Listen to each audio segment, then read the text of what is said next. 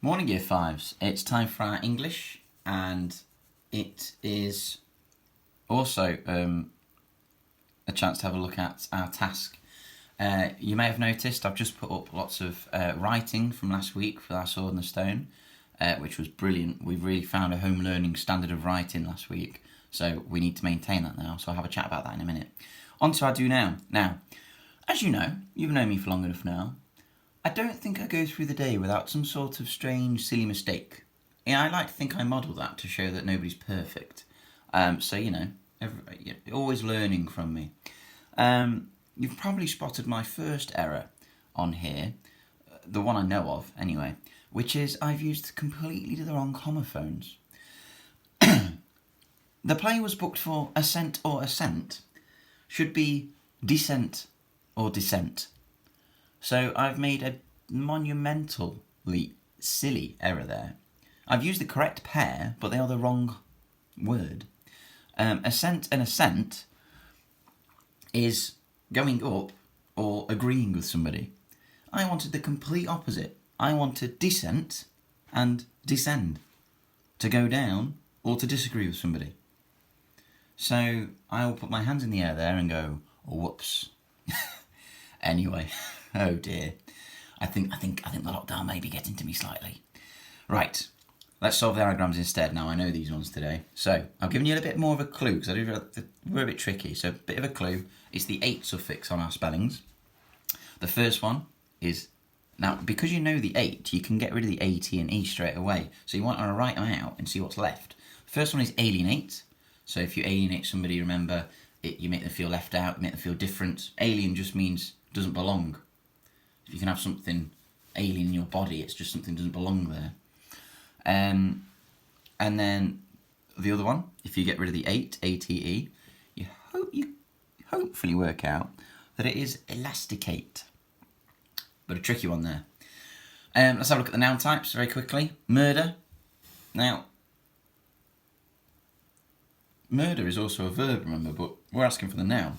So if you can remember, murder is a collective noun for crows, a murder of crows. Found that out a few years ago, and it's a good one. Pod is also a collective noun, pod of dolphins, I believe.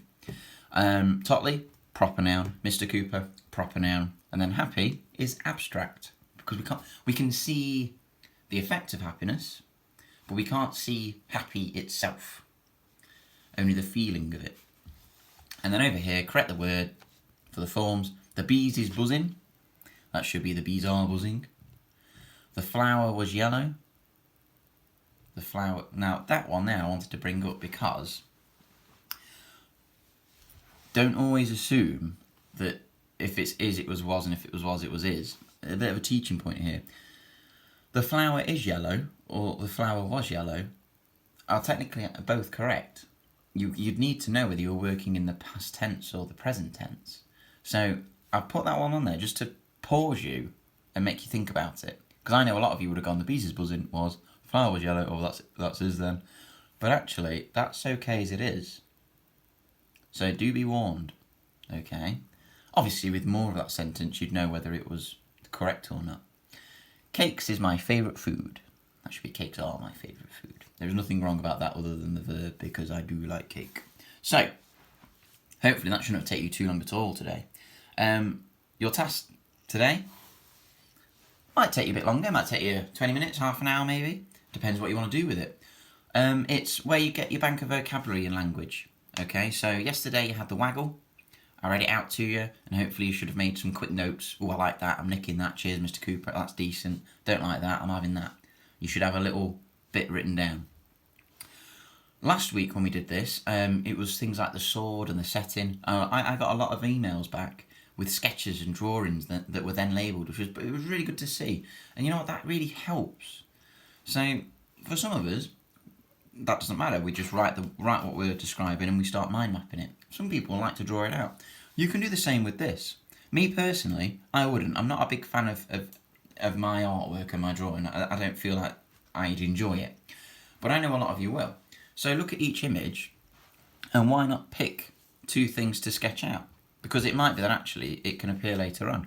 You might want to look at all of these and draw main things that appear. So you might want to draw her as a character, maybe with 2 different expressions. You might want to draw a field. You might want to draw the tower. You might not. You might just simply want to write on your piece of paper number 1, number 2, number 3, number 4. Or you might just want to write things like character, tower, setting, feelings and emotions. You might just want to do the senses. You might just want to go what you can see, what you can hear, how she's feeling, feelings and emotions. You might just want to do it like that. So just as before, when we do our mind maps, you just generate some vocabulary about everything to create this picture. And like I said yesterday, yes, it's slightly different. It's not as dark and not as tense as we sometimes write, which I know a lot of you like writing, but this is a challenge. Can you write with something you've been given, but still keep the same standard and the same style of powerful vocabulary, powerful language? Because I know a lot of you will look at this and go, oh, no, I don't want to write about that. You'll get that. You will always come across that. You've still got 5-6 years at least of school where you're going to get something and go, not really interested in that. That does unfortunately happen. But you've got the skills to be able to still do the work. So, have a go with that today. Generate loads of vocabulary, loads of senses. This one's a senses heavy one. What can she see? What can she hear? What can she smell?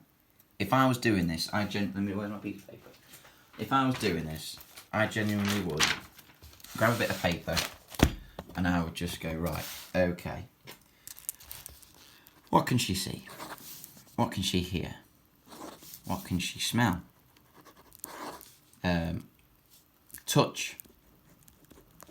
And then feelings and emotions, which you can't see, so I'll do it there. Feelings, emotions. You could do loads for that. I've put touch there. Think about her feet. Think about the grip on her hair. Think about when she first touches the grass. Feelings and emotions throughout. There's a wave of emotions in this clip. You could also then go, once you've done all of those, right, okay, let's think about the tower. That's the main one. Get some ideas. Maybe some personification in there, that'd be good. What about her hair? The hair's a big thing in this. Okay. And maybe just one for setting in general. Just do it like that if you want to. But get whatever works for you. Alright guys? And also take a look at our writing from last week, because I've just put a post on about that and they're brilliant. So thank you for everyone who's done that. And I look forward to reading this one equally this week. So get cracking.